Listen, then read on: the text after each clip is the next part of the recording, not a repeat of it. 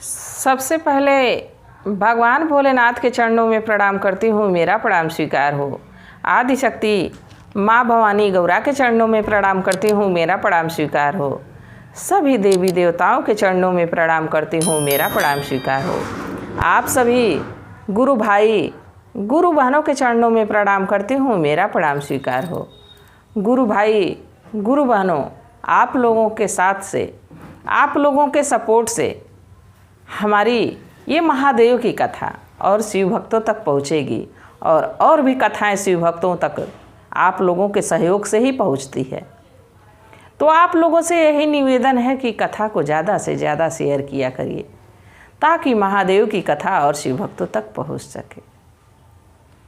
अगर जो आप लोग चैनल पे नए हैं तो सब्सक्राइब कर लीजिए ताकि जो भी कथा पढ़े, जो भी वीडियो पढ़े, वो आप लोगों तक आसानी से पहुंच जाए। कमेंट में महादेव का नाम ज़रूर लिखिए। महादेव का नाम लिखने से, बोलने से सारे कष्ट दूर हो जाते हैं, सारी परेशानी दूर हो जाती है। गुरु भाई गुरु बहनों, जो शिव को गुरु नहीं बनाए हैं वो शिव को गुरु बना लें, तब आप लोगों को शिव की कृपा का अनुभव होगा ज़रूर कि शिव कैसे कृपा करते हैं। जब तक हम कोई रिश्ता उनसे नहीं बनाएंगे तब तक उनके प्रति हम लोगों का प्रेम भी कम ही रहेगा। जब हमारा रिश्ता महादेव के साथ जुड़ जाएगा तो उनकी कृपा हम पे अपने आप बन जाएगी।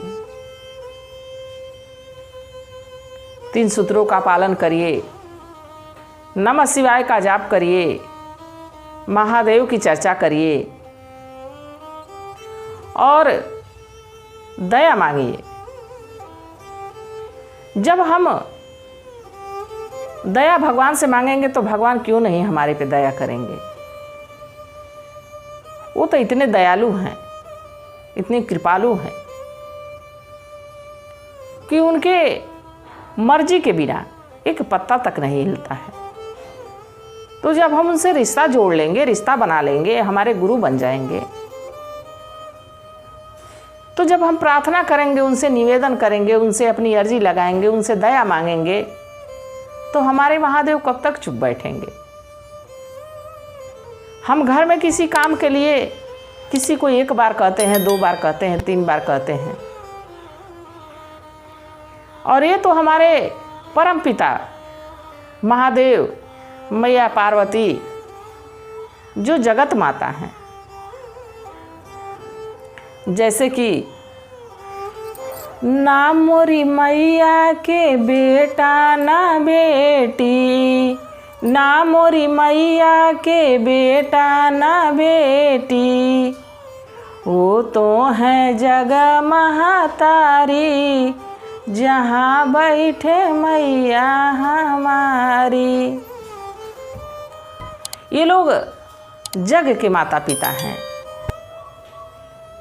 तो इन पे भरोसा जमाइए, इन पे निष्ठा रखिए, इन पे अपना सर्वस्व समझिए कि यही है महादेव। हे महादेव, जो हमको दिए हैं, जो हमारे जीवन में दिया है आपने, वो सब आपको समर्पित है। हमारे दुख भी समर्पित हैं, हमारे सुख भी समर्पित हैं, और हमारे जीवन में किस चीज़ की कमी है, क्या हमारे जीवन में बुरा घटित होने वाला है, उसको अच्छा करिए। हमारे दुख को काटिए, हमारे जीवन में सुख को लाइए। जब अपनी सारी चीज़ें हम महादेव को सौंप देंगे तो खुद अपने आप रास्ता निकल के आ जाएगा कोई ना कोई। देखिए, किसी से टूट के नहीं बोलना चाहिए, किसी के साथ छल कपट नहीं करना चाहिए। छल कपट का परिणाम कभी कभी बड़ा बुरा हो जाता है। आप लोग कथा को पूरा सुनिएगा। आधा अधूरा सुनने पे महादेव का अपमान होता है, भगवान का अपमान होता है। तो प्लीज़ आप लोग कथा को पूरा सुना करिए। आधा अधूरा सुनने पे एक तो महादेव का अपमान होता है और दूसरा कोई ज्ञान प्राप्त नहीं होता है। तो प्लीज़ आप लोग कथा को पूरा सुनिएगा। देखिए, एक गांव में एक परिवार था जिसमें पति पत्नी, उनका एक बेटा और बहू। जो पति पत्नी थे वो शिव भक्त थे, शिव के शिष्य थे। दोनों पति पत्नी शिव के शिष्य थे। उनका बेटा घर ही पे रहता था। बाकी जो पिता थे वो अभी बेटा नहीं था, तभी से वो बाहर रहते थे। वो बाहर जाके अपना रोजी रोटी का इंतजाम करते थे। ये 4 लोगों का परिवार बड़ा ही खुशहाल चल रहा था। घर पे जो गुरु बहिना थी, बहू घर में का काज सब देख लेती थी, सारा काम, खाना बनाना और भी गृहस्थ का जो भी काम है सब बहू घर में का देखती थी। जो गुरु बहिना थी सोची कि अब हमको काम नहीं रहता तो गैया पाल लूं। गाय का दूध कुछ हमारे बच्चे बेटे बहू खाएंगे और कुछ बाजार में बेचूंगी तो अपनी पति की मैं ज़्यादा मदद कर पाऊंगी। बाहर में रहते हैं, ज़्यादा कमा नहीं पाते हैं, तो अगर जो मैं भी कुछ करूंगी तो अपने बेटे के लिए कुछ कर दिया जाएगा।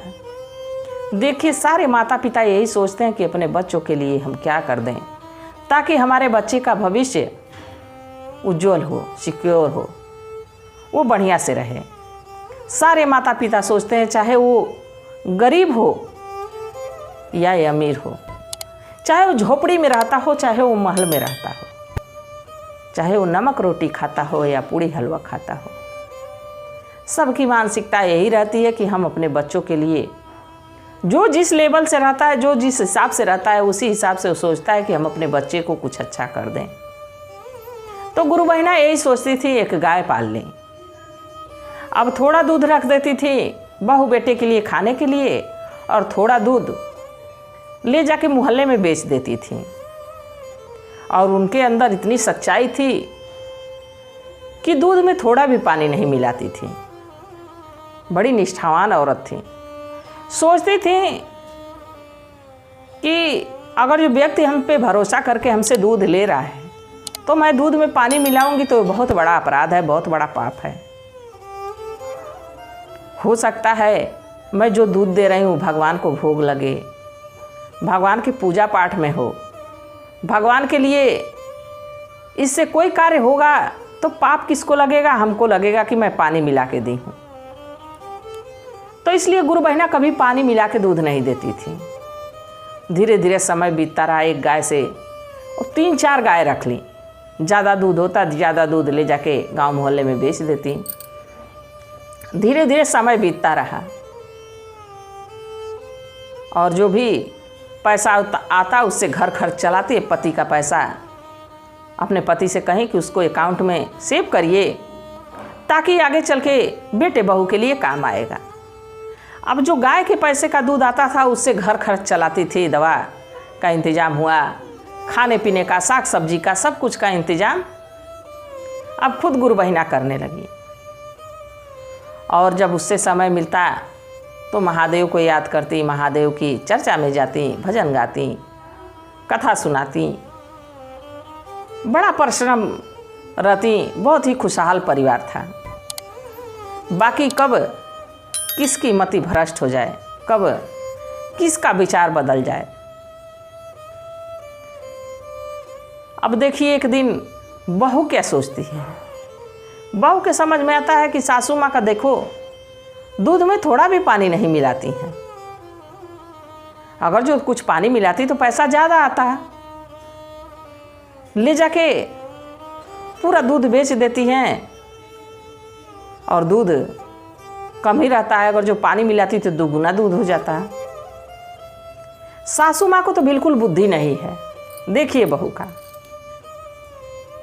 अपने सास में ही कमी निकाल दी, जबकि वो गुरु बहिना बहुत अच्छा कार्य कर रही थी अपने विचार से, अपने सोच से, समझ से, क्योंकि वो शिव शिष्या थी। अब जो बहू थी, बहू सोची कि क्यों ना दूध में से अगर जो मैं 1 लोटा दूध निकाल लूँगी तो पता थोड़े ना चलेगा। 1 लोटा दूध निकाल के 1 लोटा उसमें पानी डाल दूँगी अब रोज़ वही कार्य करने लगी। उसमें से 1-2 लोटा दूध जब दूध निकाल के बाहर से घर में आता बाल्टी में, तो उसमें से 1-2 लोटा दूध निकाल के उसमें 2 लोटा पानी डाल देती थी और उस दूध में फिर पानी मिला के अपने स्वयं चोरी चोरी बेचने लगी। सासू माँ जब चली जाती तो ये भी निकल जाती, 1-2 घरों में 4 घरों में दे देती दूध को। धीरे धीरे समय बीतता रहा। अब ये बूढ़ी मैया के पास कुछ ना कुछ शिकायत आने लगी। जो गुरु बहिना थी उनके पास शिकायत आने लगी। पहले कोई नहीं शिकायत करता था कि पानी मिला के देती हैं, अब सारे लोग कहने लगे कि आप पानी मिला के देती हैं। गुरु बहिना कही कि मैं महादेव की कसम खाती हूँ, महादेव हमारे गुरु हैं, हमारे सबसे प्रिय हमारे महादेव हैं, हम उनकी कसम खा कर रहे हैं, कभी मैं सीख से भी बोर के पानी नहीं डाली हूँ, मैं कभी दूध में पानी नहीं डालती हूँ, हम गाय के थान से दूध निकालती हूँ और सीधे नाप के और आप लोगों के पास लेके चली आती हूँ। तो वो इतनी सरल महिला थी कि सारे लोग उन पे विश्वास किए कि सही कह रही हैं, आज तक तो ऐसा नहीं की थी। अब उधर देखिए गुरु भाई गुरु बहनों बहू रानी दूध बेचते बेचते कुछ पैसा उनके पास इकट्ठा हो गया। जब कुछ पैसा इकट्ठा हो गया तो उनको अंदर से बेचैनी पकड़ ली, इस पैसे का करूँ क्या, क्योंकि वो चोरी से आया था पैसा और ऐसे रास्ते से आया था पानी बेच के। सासू माँ के भी दूध में पानी डालती थी, अपने भी दूध में पानी डालती थी। कुछ पैसा इकट्ठा हो गया। एक दिन सासू माँ चली गई उनकी दूध लेके, तो ये सुनार के पास पहुँच गई और एक नाक की नथ खरीद के लेके आ गई। अब नथ तो खरीद के लेके आ गई, अब पहनती तो कैसे पहनती तो पति भी पूछता कि तुम नथ कहाँ से पाई हो, सासू माँ भी पूछती कि नथ कहाँ से लाई हो। तो इसलिए बेचारी नथ को रख दी। बाकी उसके मन में ये लालसा लगा था कि कब इस नथ को पहन ले, कब इस नथ को पहन ले। अरे तुम अपने सासू माँ से कही रहती, अपने पति से कही रहती कि हमको नथ पहनने की इच्छा हो रही है, आप लोग हमको नथ बनवा दीजिए। बाकी उसको ये नहीं समझ में आया, उसको समझ में आया कि मैं चोरी करके ही दूध बेच के इसके बाद हम अपना जो भी शौक है पूरा करूँगी। अब नथ खरीद के लिए आके बाकस में रख दी। एक दिन संयोग से गंगा स्नान का समय आया तो अपनी सासू माँ से कहें कि ऐसा है कि सारे लोग मोहल्ले के जा रहे हैं गंगा स्नान के लिए, सासू माँ अनुमति आप देती तो मैं भी जाती गंगा स्नान करने। तो सासू माँ जब पूजा पाठ की बात सुनी तो कहीं कि लग रहा है कि बहू को अब हमारा देखते देखते पूजा पाठ का भाव, इसमें भी भाव जग गया है। ये भी लग रहा है कि अब पूजा पाठ करेगी। बड़ा प्रसन्न हुई। कहें कि हाँ हाँ बहू, इसमें पूछने जैसी क्या बात है, चली जाना तुम, देखो कुछ खाने पीने के लिए भी ले लेना रास्ते के लिए और सबके साथ में चली जाना। बहू बड़ा खुश हुई कि चलूँगी तो उधर ही नथ पहनूँगी। अब सारे पास पड़ोस के लोग साथ में गए। सोची कि अगर जो नथ पहन लूँगी तो हमारी सासू माँ से कह देंगे लोग। घाट पे पहुँची तो जिस घाट पे सब नहा रहा था उस घाट पे वो नहीं नहाई, कुछ दूर पे जाके दूसरे घाट पे नहाई और नथ को उसी घाट पे जाके पहन ली। कही कि कितनी सुंदर नथ लाई हूँ, इसको पहन के मैं कितनी सुंदर लगूंगी। यही सोच के नथ को पहन ली और नथ पहन के गंगा स्नान के लिए नदी में गई। जब गुरु भाई गुरु बहनों 1 डुबकिया लगाई, 2 डुबकिया लगाई, 3 डुबकिया लगाई, 4 डुबकिया भी लगा ली। 5वीं डुबकिया में उसके साथ घटना एक घट गई। महादेव कब तक अपने शिष्या के साथ छल होते देख सकते थे। आखिर बहू तो छल कर रही थी। बहू दूध निकालती, उसमें पानी मिलाती, फिर पानी मिला के अपने बेचती। अब ये चीज महादेव देख रहे थे। महादेव मछली का रूप बनाए और उस नदी में गए और उसके नाक से नथ को खींच ले गए। नथ तो गई पानी में, सो गई, नाक भी कट गई, नक्कटी हो गई। अब जब नाक से नथ खिंचाया तो नाक भी फट गई, जब कट गई तो लगी रोने। नाक छिपा के उसमें से खून बह रहा है, नाक छिपा के रोए जा रही है, किसी से कुछ नहीं कह रही। अब कहती कैसे कि इसमें मैं नथ पहन ली थी और मछली आई और नथ को खींच के ले गई, किसी से कुछ कह भी नहीं पा रही थी। अब रोते रोते रोते रोते बाहर निकली नदी से, किसी तरह कपड़ा पहनी। अब वो ये नहीं समझ पा रही थी कि अब मैं करूं क्या। फिर कुछ दूर गई तो एक दुकान पड़ी, वहाँ से थोड़ी सी रुई ली, नाक पे दबाई कि खून कम से कम बंद हो जाए। घर पहुँची तो ना अपने सास से मिली ना अपने पति से मिली, सीधे अपने घर में चली गई और जाके सो गई। सो के रो रही थी। सासू माँ आई, कामकाज ख़त्म करके बाहर का, गायों को चारा देना, गायों को सानी पानी करना, गायों का गोबर उठाना, सारा कार्य जब बाहर से ख़त्म कर ली तो घर में गई तो देखी कि बहू दिख नहीं रही है। जब उसके कमरे में गई तो देखी कि बहू रो रही है। बहू से पूछी कि अरे बहू रो क्यों रही हो, तुम तो गंगा स्नान के लिए गई थी, आखिर क्या हो गया कि तुम रो रही हो। तो बहू कहती तो क्या कहती।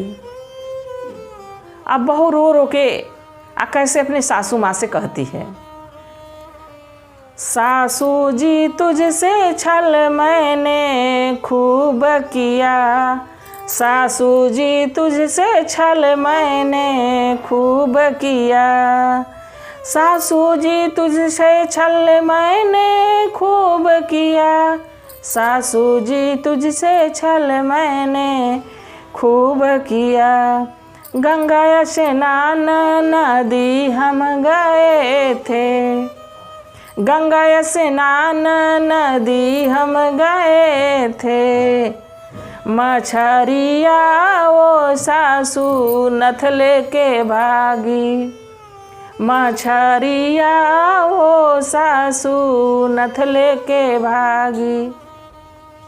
जब वो ऐसे कह सुनाने लगी तो उसकी सासू माँ सोची कि लग रहा है कि हमारी बहू पहली बार गई है, रास्ते में कोई भूत प्रेत इसको पकड़ लिया है।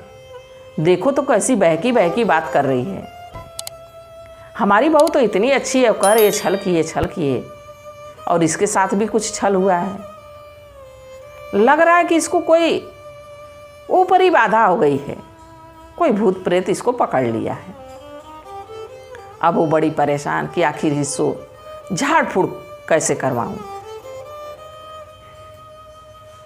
अब बेचारी चिंतित होकर दरवाजे पे बैठी थी। तब तक बेटा आया। बेटे से उसकी माँ कही, बेटा बहू की तो बड़ी तबीयत खराब लग रही है, गंगा स्नान गई थी, लग रहा है कोई उसको भूत प्रेत पकड़ लिया है। बहकी बहकी बात कर रही है, रोए जा रही है, चुप नहीं हो रही है। बेटा कहा कि अच्छा माँ मैं देखता हूँ। फिर जब बेटा गया तो पूछा, अरे भाग्यवान तुम सोए क्यों हो और रो क्यों रही हो, हाथ को नाक पे लगाए हुए। फिर वही कह रही है, पिया जी मैंने छल सासू से खूब किया, पिया जी मैंने छल सासू से खूब किया। जब कह के रोने लगी तो भी दौड़ के बाहर आ गया कि सही कह रही हो माँ, रोज़ तो काम काज घर का बहुत अच्छे से करती थी, बड़ा खुश होकर करती थी, आज तो घर में सोई है और नहीं तो रोए जा रही है, कुछ बड़बड़ा रही है माँ। अब दोनों माँ बेटे चिंतित होकर दरवाजे पे बैठे थे। उन लोग के समझ में आ नहीं रहा था कि क्या किया जाए, बड़े सीधे साधे लोग थे। अब महादेव सोचे कि ये लग रहा है कि अब जान नहीं पाएंगे सब, अब इन सबों को बताने के लिए हमको लग रहा है जाना ही पड़ेगा। महादेव एक साधु का रूप बनाए, उनके दरवाजे पहुंचे भिक्षा मांगने के लिए। जब हाथ में कमंडल, गेरुआ वस्त्र, रुद्राक्ष की माला पहने हुए जब भगवान पहुंचे वहां भिक्षाम देई करते हुए, तो जो गुरु बहिना थी वो सोची कि ये बहुत पहुँची हुई आत्मा लग रही है, बहुत ही सिद्ध पुरुष लग रहे हैं, इन्हीं से अपनी बहू की झाड़ फूँक करवा देता हूँ। जब बाबा को देखी तो बाबा से कही, बाबा हम आपको भिक्षा नहीं भरपेट भोजन भी कराएंगे, बाकी एक हमारा काम कर देते। तो महात्मा जी पूछे कि कौन सा काम? तो गुरु बहना कहीं हमारी बहू गंगा स्नान के लिए गई थी और वहाँ गई है तो पता नहीं कैसी उटपटांग बातें कर रही है, आई है तो रोए जा रही है। लग रहा है कोई ऊपरी बाधा उसको पकड़ लिया है, लग रहा है कोई भूत प्रेत पकड़ लिया है। बाबा मुस्कुराने लगे। बाबा कहे कि अच्छा अपनी बहू से हमको मिलवाओ, बुलाओ। अब सासू माँ गई बुलाने, बहू उठ नहीं रही है। फिर उसका हाथ जबरदस्ती पकड़ के लेके आई तो हाथ को नाक पे लगाई हुई है। बाबा पूछे कि अरे बिटिया, हाथ तो नाक पे से हटा दो। तो कह रही है, नहीं नहीं बाबा, हम बहुत बड़ा अपराध किए हैं और पानी का पैसा पानी में ही चला गया। बाबा कहे कि पानी का पैसा? तो कही, हाँ बाबा, हम अपनी सासू माँ के साथ छल कपट करते थे। जब ये दूध बेचती थी, पानी नहीं मिलाती थी तो हमको चिढ़ होती थी, तो चोरी से मैं दूध निकाल लेती थी, उसमें पानी मिला के मैं बेच देती थी और सासू माँ के भी दूध में पानी मिला देती थी। तब सास कही कि इसीलिए सब लोग हमको कहते थे कि दूध में पानी मिला दे रही है। सारा किया धरा इसका था और इल्ज़ाम मेरे पे लगता था। और वो देखती की देखती रह गई। महादेव ऐसा दिमाग घुमाए कि वो अपने मुंह से सच उगल दी।